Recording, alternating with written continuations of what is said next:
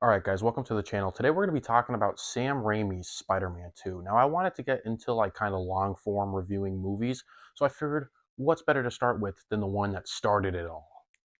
2002 Sam Raimi's Spider-Man was the start of all superhero movies pretty much, and I believe it's something that every child growing up needs to experience. The movie opens with a monologue from Peter Parker saying that his story is not for the faint of heart, which it isn't. Now, this is what makes Spider-Man so relatable because unlike every other superheroes like Iron Man, for example, billionaire, people who have perfect lives, Spider-Man goes through things that every person can relate to, right? You get cheated on, maybe you're broke, you don't have parents, right? You get bullied in school, fired from jobs, you just can't figure out how to live your life. So pretty much just on like law of averages, somebody is going to be experiencing one of the problems that Peter Parker is going through, which is what makes this character so relatable.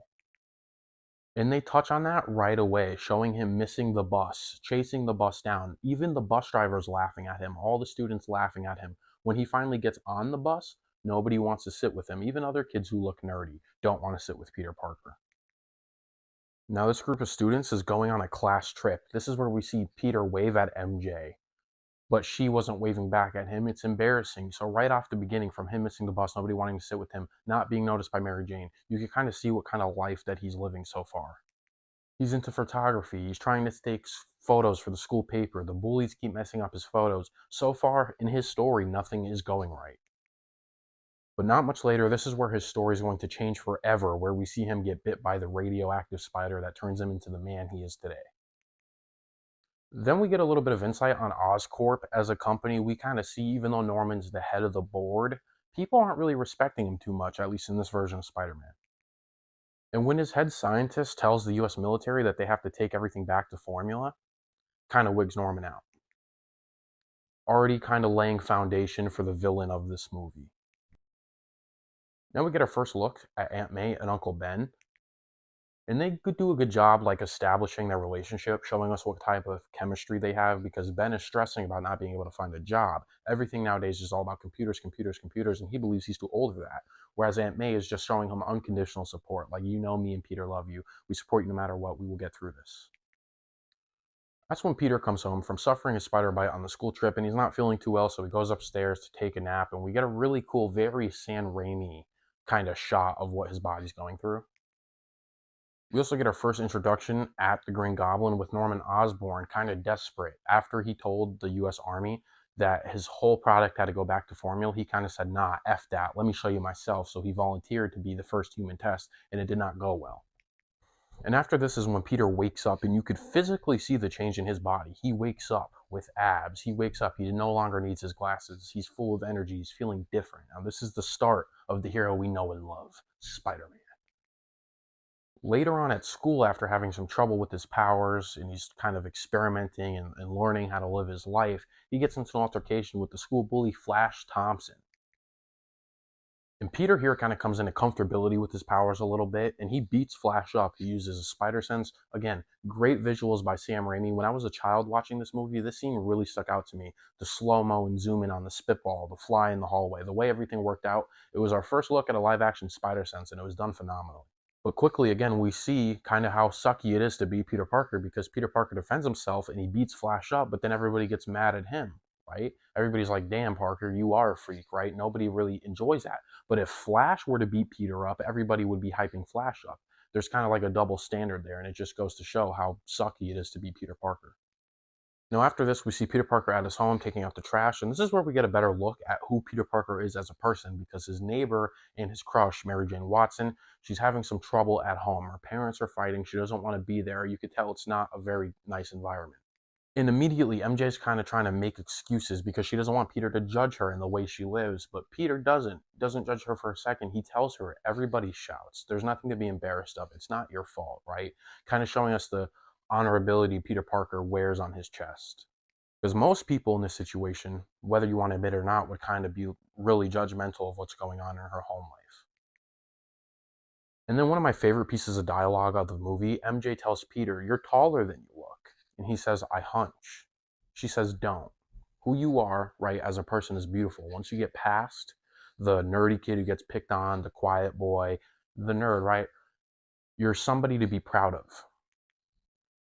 But again, with Peter Parker's luck, Flash Thompson shows up with the new car and MJ runs off, kind of leaving Pete in the wind.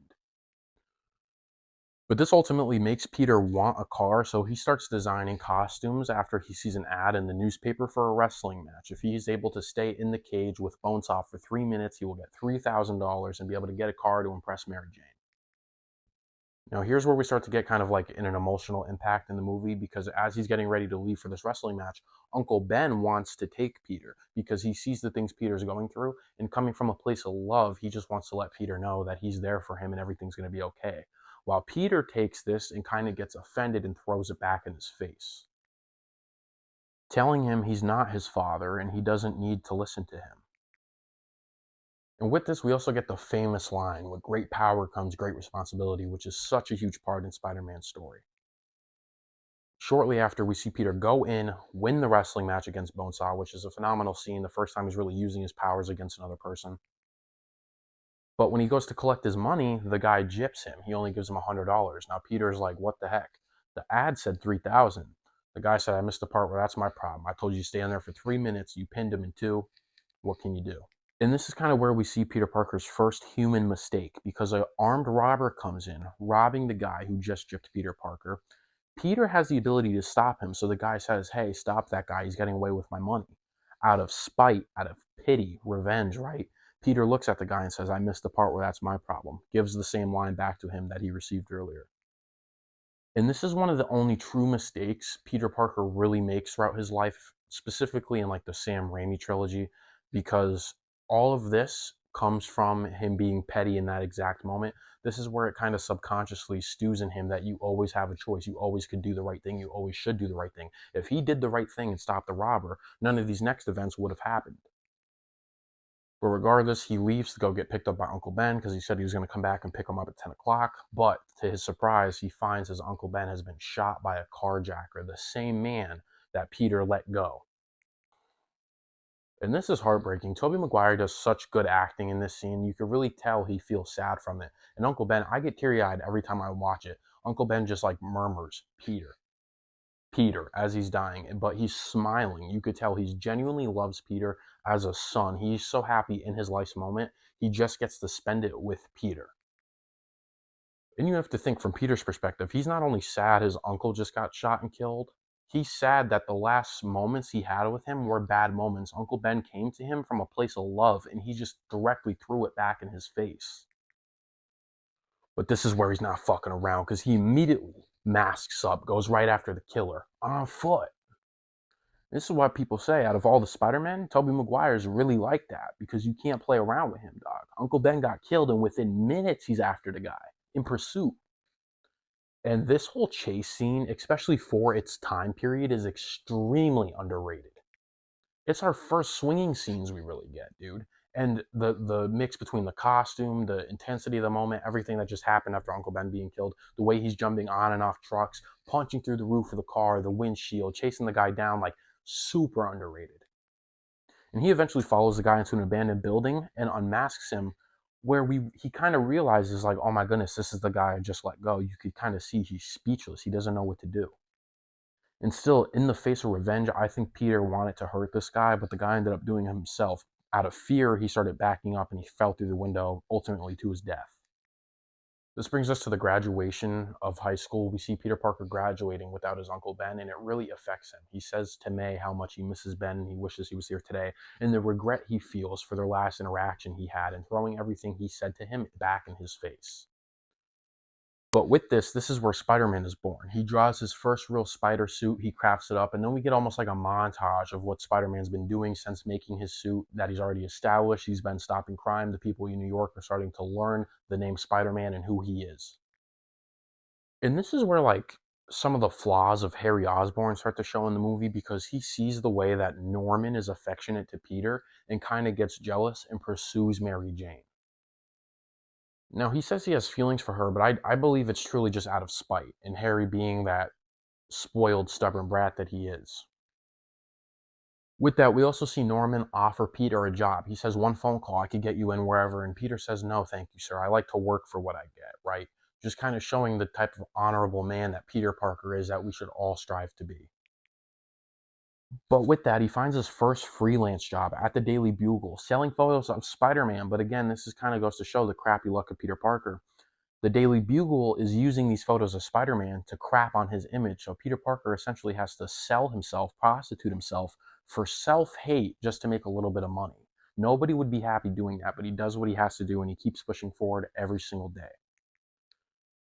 Now we're introduced to our first real fight scene of the movie with the Green Goblin at the festival. Now this is a phenomenal scene, a great way to introduce the Green Goblin, Spider-Man, he's ripping his suit open.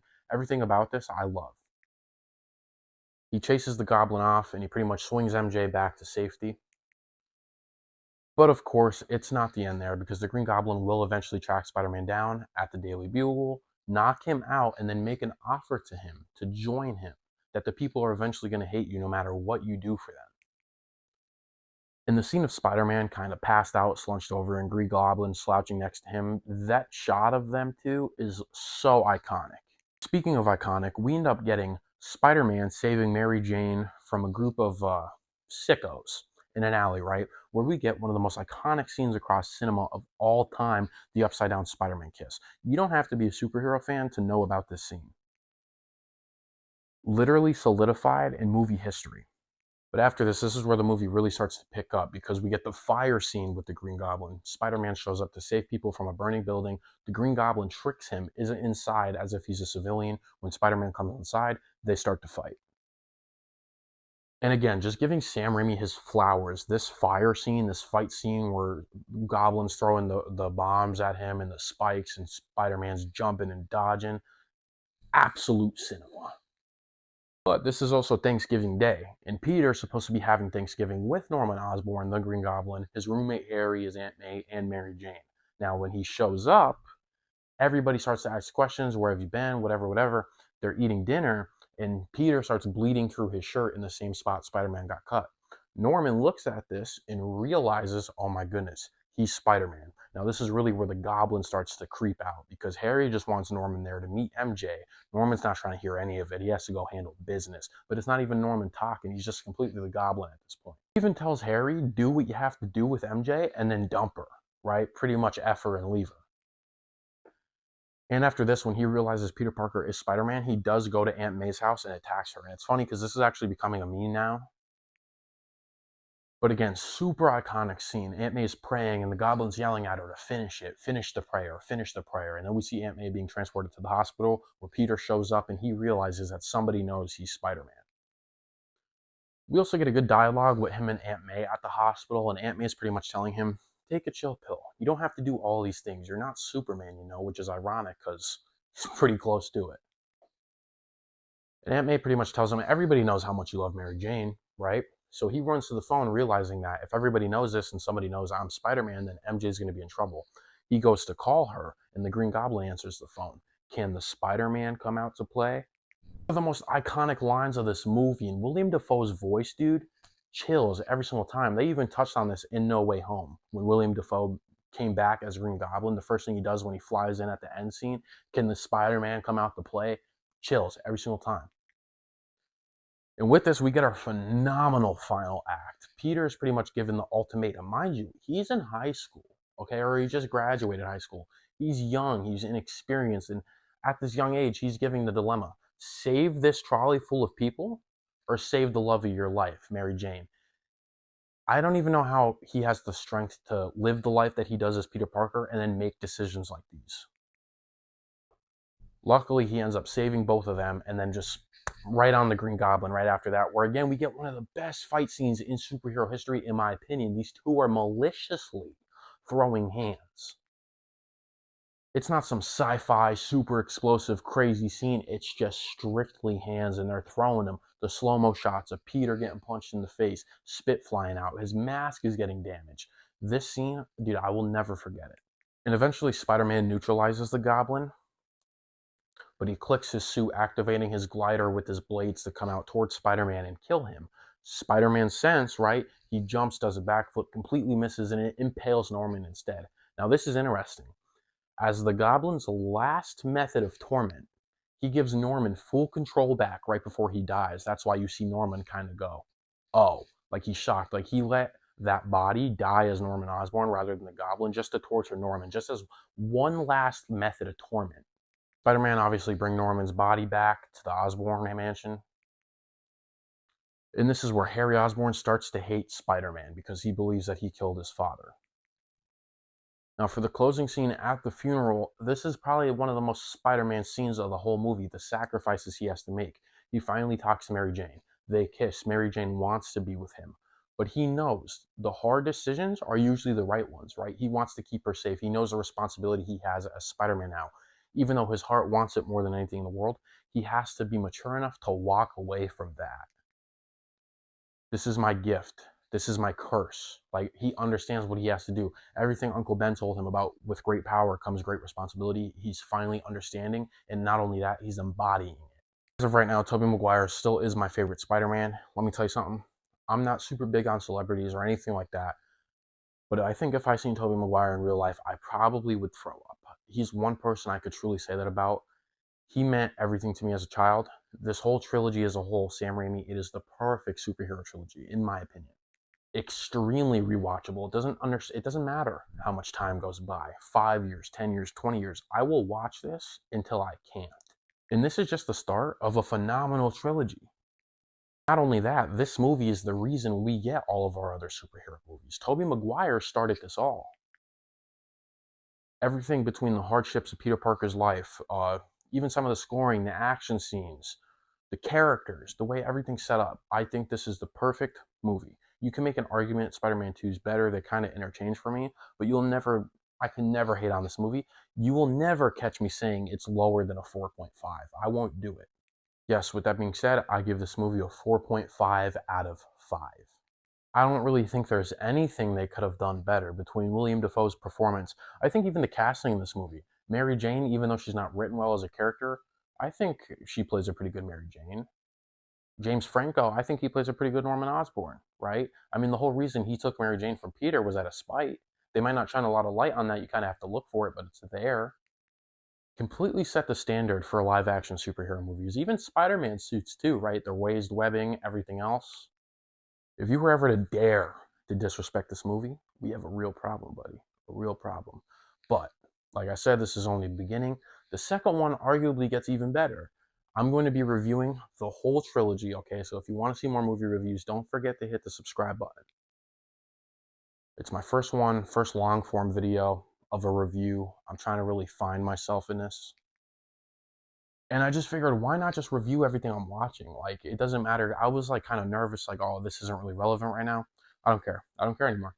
Anything I watch, I'm hitting a review on. I don't care. So I'm going to do this movie. Then I'm going to do Sam Raimi Spider-Man 2. I'm going to do Spider-Man 3. Then I'm going to do a separate video on why everybody, I feel like, needs this specific trilogy, because it touches on so many personal elements that I feel like every person in the world, especially young children, need to kind of experience. And if you don't really have a good set of guidance or whatever the case is, it can really put you on track to making good decisions and being a better person, seeing everything that Peter Parker is going through, yet still making the good decisions that he makes. So yeah, I want to hit these. I'd like to do the Batman movies as well. The MCU, I'm going to be doing a whole MCU rewatch and review leading up to Doomsday. I know Spider-Man 4 is coming out in July. I'll hit Tom's movies. And hey, it makes no difference to me, bro. If there's anything you want to see, TV show, movie, well, no matter what the case is, it don't matter to me. I don't care what genre, whatever it is. Let me know down in the comments below, and I will watch, I will review it, I will break down every element of the movie and why I think somebody should watch it. But with that being said, let me know what you think about this movie or the Sam Raimi Spider-Man trilogy as a whole. Let me know down in the comments below. Don't forget to subscribe for more videos like these, because I upload every single day, all 2026. I'm locked in, and I'll catch you in the next one.